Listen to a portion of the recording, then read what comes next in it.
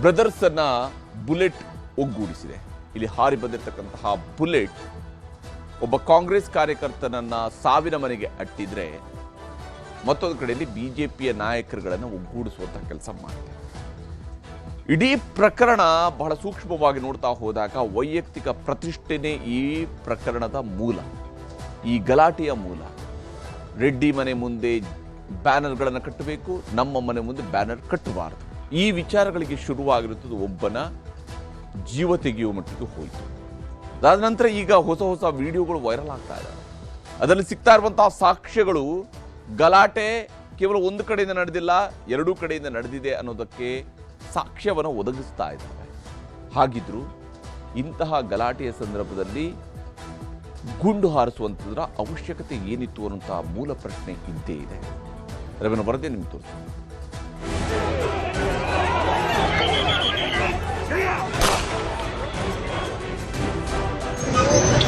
ಸುಮಾರು 5-6 ಮಂದಿ ಗನ್ಮೆನ್ಗಳು ಕೂಡ ಒಬ್ಬೊಬ್ಬರು 7-8 ಬಾರಿ ಅವರು ಫೈರಿಂಗ್ ಮಾಡಿದ್ರು.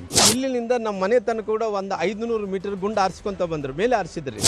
2ನೇ ಬಾರಿ ಪೋಸ್ಟ್ ಮಾರ್ಟಮ್ಗೆ ಒತ್ತಾಯ ಮಾಡಿ ಅದರಲ್ಲಿ ನಮ್ಮನ್ನ ಏನಾದರೂ ಸಿಗಾಕ್ಸ್ಲಿಕ್ಕೆ ಅವಕಾಶ ಇದೆ ಅಂತಂದ್ರೆ ಈಗಲೂ ಕೂಡ ಸುನಾಮಿ ನೀಡಿ ಕ್ರಿಮಿನಲ್ ಥಿಂಕಿಂಗ್ ಮಾಡ್ತಾರೆ. ಆ ದೇಹದಲ್ಲಿ ಹಂಗೆ ಗುಂಡಿದ್ದು ಪೋಸ್ಟ್ ಮಾರ್ಟಮ್ ಮಾಡೋಕೆ ಪ್ರಯತ್ನ ಮಾಡಿ ಆ ಗುಂಡನ್ನು ತೆಗಿಲಾರ್ದಂತೆ ಹಂಗೆ ಅಂತ್ಯ ಸಂಸ್ಕಾರ ಮಾಡ್ಬೇಕನ್ನೋ ಪ್ರಯತ್ನ ಮಾಡಿ. ಗಣಿನಾಡು ಬಳ್ಳಾರಿಯಲ್ಲಿನ ಜನಾರ್ದನ್ ರೆಡ್ಡಿ ಮನೆ ಮುಂದಿನ ಗಲಾಟೆ ವಿಚಾರ ದಿನದಿನವೂ ಹೊಸ ಟ್ವಿಸ್ಟ್ ಪಡೆದುಕೊಳ್ಳುತ್ತಿದೆ. ಕಾಂಗ್ರೆಸ್ ಶಾಸಕ ನಾರಾ ಭರತ್ ರೆಡ್ಡಿ ಬೆಂಬಲಿಗರು ಮತ್ತು ರೆಡ್ಡಿ ಬ್ರದರ್ಸ್ ಬೆಂಬಲಿಗರ ನಡುವಿನ ಗಲಾಟೆಗಳ ಮತ್ತೊಂದಷ್ಟು ವಿಡಿಯೋಗಳು ವೈರಲ್ ಆಗ್ತಿವೆ.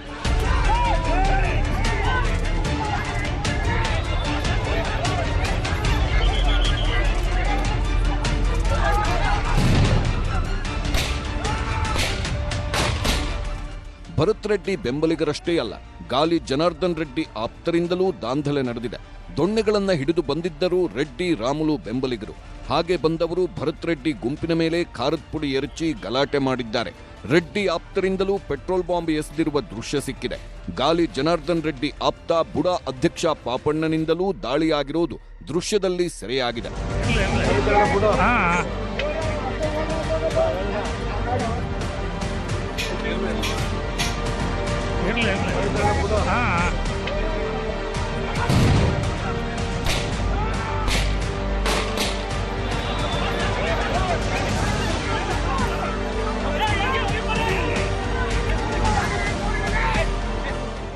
ತಾವೆಲ್ಲ ಇಲ್ಲೇ ಇದ್ದಾಗ ನಿಮ್ಮ ಕಣ್ಣು ಮುಂದೆನೇ ಎಲ್ಲ ಆಗಿದೆಯಲ್ಲ. ಪೊಲೀಸರು ನಿನ್ನೆಲ್ಲ ಬಂದು ಸ್ಪೆಷಲ್ ಸ್ಕ್ವಾಡ್ ಎಲ್ಲ ಬಂದೋಗಿದೆ, ಮತ್ತು ಪಂಚನಾಮ ಮಾಡ್ಕೊಂಡು ಹೋಗಿದ್ದಾರೆ. ಬಾಂಬ್ ಸ್ಕ್ವಾಡ್ಗಳು ಬಂದಿದೆ. ಅವರು ಏನು ಹಾಕಿದ್ದಾರೆ ಇವತ್ತು, ಕಲ್ಲು ಬಾಟಿಲ್ಸ್ ಪೆಟ್ರೋಲ್ ತುಂಬಿ ಮೇಲೆ ಮನೆ ಮೇಲೆ ನೀವು ಹೋಗಿ ಬಾಟಿಲ್ಸ್ ನೋಡ್ರಿ, ನೀವು ಪೆಟ್ರೋಲ್ ಎಲ್ಲ ಹೇಗೆ ಹಾಕಿದ್ದಾರೆ, ಕಲ್ಲುಗಳು ಹೇಗೆ ತೂರಾಟ ಮಾಡಿದ್ದಾರೆ, ಬುಲೆಟ್ಸ್ ಹೆಂಗೆ ಫೈರ್ ಮಾಡಿದ್ದಾರೆ. ಗಲಭೆ ಸಂಬಂಧ ತನಿಖೆಯೂ ಮತ್ತೊಂದು ಕಡೆ ಸಾಗಿದೆ. ಗಾಲಿ ಜನಾರ್ದನ್ ರೆಡ್ಡಿ ಮನೆ ಬಳಿ ಬಂದ ಬಾಂಬ್ ನಿಷ್ಕ್ರಿಯ ದಳ ಎಫ್ಎಸ್ಎಲ್ ತಂಡಗಳು ಪರಿಶೀಲನೆ ನಡೆಸಿವೆ.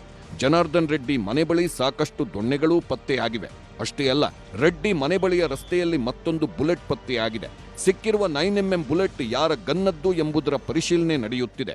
ಇವಾಗ ಬಾಂಬ್ ಸ್ಕ್ವಾಡ್ ಅವರೆಲ್ಲರೂ ಕೂಡ ನಮ್ಮ ಮನೆ ಸುತ್ತಲೂ ಕೂಡ ಅವರು ಹುಡುಕಾಟ ಮಾಡಿದಾಗ ಒಂದು ಬುಲೆಟ್ ಸಿಕ್ಕಿದೆ ಅಂತೇಳಿ ಇವಾಗ ನನಗೆ ಗೊತ್ತಾಗಿರುವಂಥದ್ದು.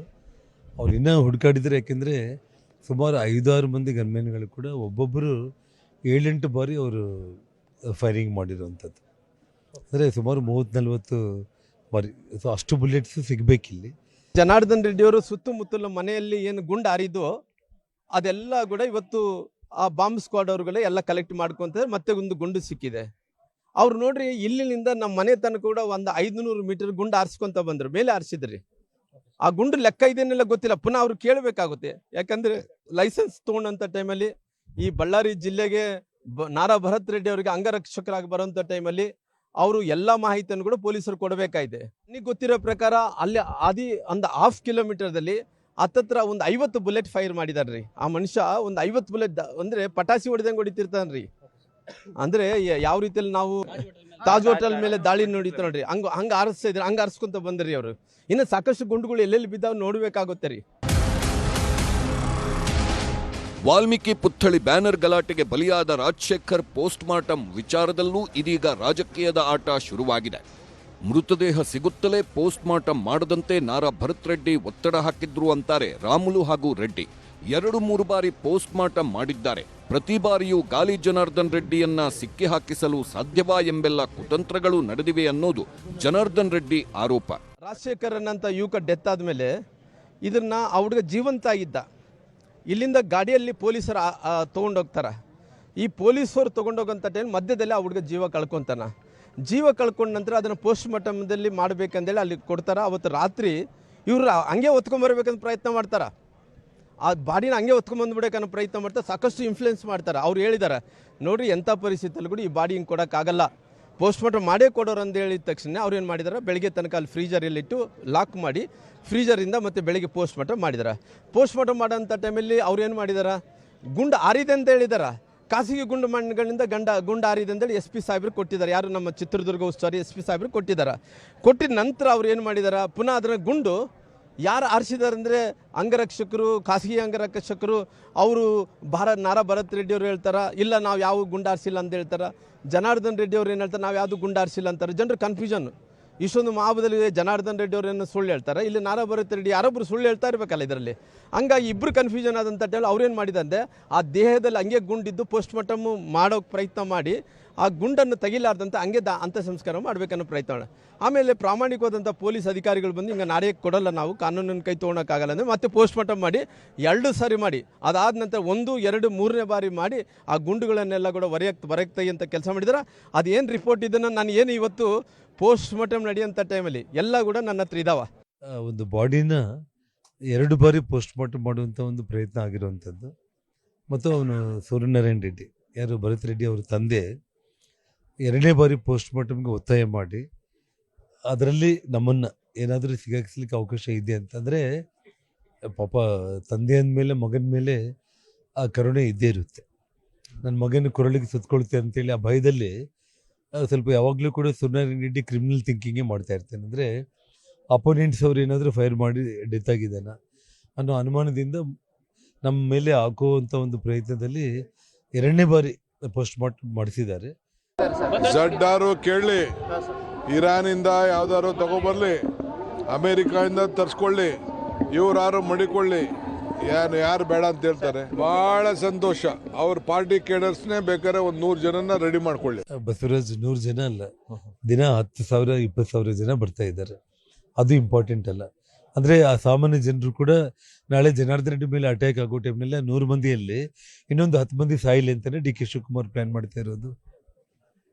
ಒಬ್ಬ ರಾಜ್ಯದ ಉಪಮುಖ್ಯಮಂತ್ರಿಯಾಗಿ ಮುಖ್ಯಮಂತ್ರಿ ಆಗಬೇಕಂತ ಕನಸು ಕಂಡಿರೋ ನೀವು ಒಂದು ಜವಾಬ್ದಾರಿ ಸ್ಥಾನದಲ್ಲಿ ಇದ್ಕೊಂಡು ಒಂದು ಕಾನೂನು ಬಗ್ಗೆ ಗೌರವ ಇಲ್ದಂಗೆ ಬೀದಿಯಲ್ಲಿ ಹೋಗುವಂಥ ಒಬ್ಬ ಮನುಷ್ಯ, ಒಬ್ಬ ಸಾಮಾನ್ಯ ರೌಡಿ ಕೂಡ ಕಾನೂನು ಬಗ್ಗೆ ಅರಿವಿರ್ತದಾಗಲಿ, ನಿಮಗೆ ಅರಿವಿರಬೇಕಲ್ಲ.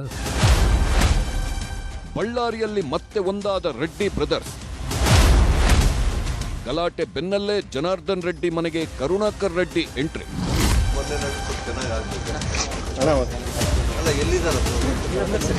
ವಾಲ್ಮೀಕಿ ಗಲಾಟೆ ವೇಳೆ ಗಾಲಿ ಜನಾರ್ದನ್ ರೆಡ್ಡಿ ಹತ್ಯೆಗೆ ಸಂಚು ರೂಪಿಸಿದ್ರು ಎಂಬ ಆರೋಪವೇ ಇದೀಗ ರೆಡ್ಡಿ ಬ್ರದರ್ಸ್ ಒಗ್ಗೂಡಿಸಿದೆ. ಇಷ್ಟು ದಿನದ ವೈಮನಸ್ಸುಗಳನ್ನ ಮರೆತು ಜನಾರ್ದನ್ ರೆಡ್ಡಿ ಮನೆಗೆ ಬಂದು ತಮ್ಮನ ಕುಶಲೋಪರಿ ವಿಚಾರಿಸಿದ್ರು. ಬ್ಯಾನರ್ ಗಲಾಟೆಯನ್ನ ಖಂಡಿಸಿದ ಕರುಣಾಕರ್ ರೆಡ್ಡಿ ಸೂಕ್ತ ತನಿಖೆಗೆ ಒತ್ತಾಯಿಸಿದ್ರು. ಈ ಘಟನೆ ಬಗ್ಗೆ ಭಾಳ ಖಂಡಿಸಬೇಕಾಗ್ತದೆ. ಯಾಕಂದರೆ ಒಂದು ಪ್ರಜಾಪ್ರಭುತ್ವದಲ್ಲಿ ಈ ರೀತಿ ಒಂದು ಘಟನೆಗಳಾಗಬಾರ್ದು.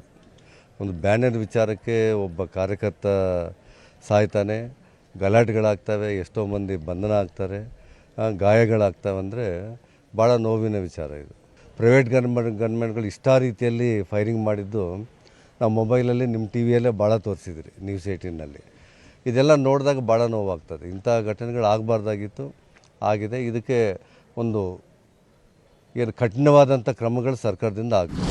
ಈ ಎಲ್ಲ ಬೆಳವಣಿಗೆಗಳ ಮಧ್ಯೆಯೇ ಬೆಂಗಳೂರಿಗೆ ಕರೆತಂದಿದ್ದ ಗಲಭೆ ಪ್ರಕರಣದ 26 ಮಂದಿಯನ್ನ ನ್ಯಾಯಾಂಗ ಬಂಧನಕ್ಕೆ ಒಪ್ಪಿಸಲಾಗಿದೆ. ಜನವರಿ 19ರವರೆಗೂ ನ್ಯಾಯಾಂಗ ಬಂಧನಕ್ಕೆ ಜನಪ್ರತಿನಿಧಿಗಳ ಕೋರ್ಟ್ ಆದೇಶಿಸಿ ಎಲ್ಲ ಆರೋಪಿಗಳನ್ನು ಪರಪ್ಪನ ಅಗ್ರಹಾರ ಜೈಲಿಗೆ ಶಿಫ್ಟ್ ಮಾಡಲಾಗಿದೆ. ಹಾಗೆ ಯಾರೇ ತಪ್ಪು ಮಾಡಿದ್ರೂ ಕ್ರಮ ನಿಶ್ಚಿತ ಅಂತಿದೆ ಸರ್ಕಾರ. ನಮ್ಮ ಪೊಲೀಸ್ನವರು ತನಿಖೆ ಮಾಡಿ ಅವ್ರಿಗೆ ಇನ್ವೆಸ್ಟಿಗೇಷನ್ ಮಾಡ್ತಾ ಇದ್ದಾರೆ. ಇನ್ವೆಸ್ಟಿಗೇಷನ್ ಮಾಡಿ ಗೊತ್ತಾಗಲಿ ಸತ್ಯ ಏನು ಅಂತ ಗೊತ್ತಾಗ್ಲಿ. ಅದಾದ್ಮೇಲೆ ಮಾತಾಡ್ತೀವಿ. ತನಿಖೆ ಪೊಲೀಸರು ಮಾಡಿದ್ದಾರೆ. ಈಗ 3 ಜನ ಅದು ಸತ್ಯ, ಅದು ಪ್ರೈವೇಟ್ ಗನ್ಮ್ಯಾನ್ ಇಂದ ಫೈರ್ ಆಗಿರೋದು ಸತ್ಯ, ರಾಜಶೇಖರ್ ಪ್ರೈವೇಟ್ ಗನ್ಮ್ಯಾನ್ ಇಂದ ಗುಂಡಿಂದ ಸತ್ತಿರೋದು ಸತ್ಯ. ಅದು ಈಗ ಪೊಲೀಸರು ತನಿಖೆ ಮಾಡ್ತಾ ಇದ್ದಾರೆ. ಯಾರು ತಪ್ಪು ಮಾಡಿದಾರೋ ಅವ್ರಿಗಂತೂ ಶಿಕ್ಷೆ ಆಗೇ ಆಗ್ತದೆ. ಈ ಮಧ್ಯೆ ಬಳ್ಳಾರಿ ಘಟನೆ ಬಗ್ಗೆ ಕೇಂದ್ರ ಕೈಗಾರಿಕಾ ಸಚಿವ ಎಚ್.ಡಿ. ಕುಮಾರಸ್ವಾಮಿ ಗರಂ ಆಗಿದ್ದಾರೆ. ಪರಿಸ್ಥಿತಿ ನಿಯಂತ್ರಿಸಲು ಪೊಲೀಸರು ವಿಫಲರಾಗಿದ್ದಾರೆ ಎಂದರು. ಲಾಠಿ ಚಾರ್ಜ್ ಮಾಡೋಕ್ಕೆ ಏನಾಗಿತ್ತು? ಇದ್ದಿದ್ದೇ ಅಷ್ಟು ಜನ, ಜಾಸ್ತಿ ಜನ ಸೇರೋಕ್ಕಿಂತ ಮುಂಚೆ ಲಾಠಿ ಚಾರ್ಜ್ ಯಾಕೆ ಮಾಡಿಸ್ಲಿಲ್ಲ? IG ಇದ್ದಿಲ್ಲ, ನೀವು ಯಾಕೆ ಮಾಡಿಸ್ಲಿಲ್ಲ? ಪಾಪ ಆಯ್ತಪ್ಪ, SP ಏನೋ ಮಾಡಲಿಲ್ಲ, ಪಾಪ ಅವನು ಇನ್ಎಫಿಷಿಯೆಂಟು. ಇವರೆಲ್ಲ ಇದ್ದಾರಲ್ಲ ಭಾಳ ಎಕ್ಸ್ಪರ್ಟ್ಗಳು, ಮಂತ್ಲಿ ಕಲೆಕ್ಷನ್ನವರು. ಮಟ್ಕಾದಂತೆ ಈ ಆಟದಲ್ಲಿ ಪ್ರತಿ ತಿಂಗಳು ಎಷ್ಟೆಷ್ಟು ಹೋಯ್ತಿತ್ತು ಇವರಿಗೆಲ್ಲ ಹೋಗ್ತಿದೆ. ದುಡ್ಡು ವಸೂಲಿ ಮಾಡ್ಕೊಂಡು ಕೂತಿದ್ದೀರಾ ತಿಂಗಳದು. ಸದ್ಯಕ್ಕೆ ಬಳ್ಳಾರಿಯ ಗಣಿಧೂಳು ತಣ್ಣಗಾಗಿದೆ. ಆದರೆ ಮತ್ತೊಂದು ಬಿರುಗಾಳಿ ಬಂದು ಯಾವ ಮಟ್ಟಿಗೆ ಆವರಿಸುತ್ತೋ ಅನ್ನೋದು ಮಾತ್ರ ಕುತೂಹಲ ಕೆರಳಿಸಿದೆ. Bureau report, news 18. ಹೀಗೆ ಬಳ್ಳಾರಿಯಲ್ಲಿ ನಡೆದಿರುವಂತಹ ಗಲಾಟೆ ಪ್ರಕರಣದಲ್ಲಿ ಸದ್ಯಕ್ಕೆ ನಡೀತಾ ಇರುವಂತಹ ಬೆಳವಣಿಗೆಗಳನ್ನು ನೋಡ್ತಾ ಹೋದರೆ ಎಲ್ಲರದ್ದು ಒಂದೇ ಆಗ್ರಹ ಇರುವಂಥದ್ದು, ನ್ಯಾಯ ಸಿಗಬೇಕು, ತಪ್ಪಿತಸ್ಥರಿಗೆ ಶಿಕ್ಷೆ ಆಗಬೇಕು. ಅದು ದೊಣ್ಣೆ ಹಿಡ್ಕೊಂಡು ನಿಂತವ್ರಿಗಾದರೂ ಸರಿ, ಕಲ್ಲು ಎಸೆದವ್ರಿಗಾದರೂ ಸರಿ, ಗುಂಡು ಹಾರಿಸಿದವ್ರಿಗಾದರೂ ಸರಿ, ಪ್ರಕರಣಕ್ಕೆ ಒಂದು ನಿಜವಾದಂತಹ ಉತ್ತರ ಸಿಗಬೇಕು. ಆದರೆ ಅದು ಆ ಉತ್ತರ ಸಿಗೋದಕ್ಕಿಂತ ಮುಂಚಿತವಾಗಿ ರಾಜಕಾರಣಿಗಳು, ರಾಜಕೀಯದ ಹೇಳಿಕೆಗಳೇನಿದಾವಲ್ಲ, ಇವರು ಅವ್ರಿಗೆ, ಅವ್ರು ಇವ್ರಿಗೆ, ಇದರಿಂದಾಗಿ ನಿಜಕ್ಕೂ ಪೊಲೀಸರ ತನಿಖೆ ಸರಿಯಾದಂಥ ದಾರಿಯಲ್ಲಿ ನಡೆಯುತ್ತಾ ನಡೆಯಲ್ವಾ ಅನ್ನೋದನ್ನು ಕೂಡ ನೋಡಬೇಕಾಗಿದೆ.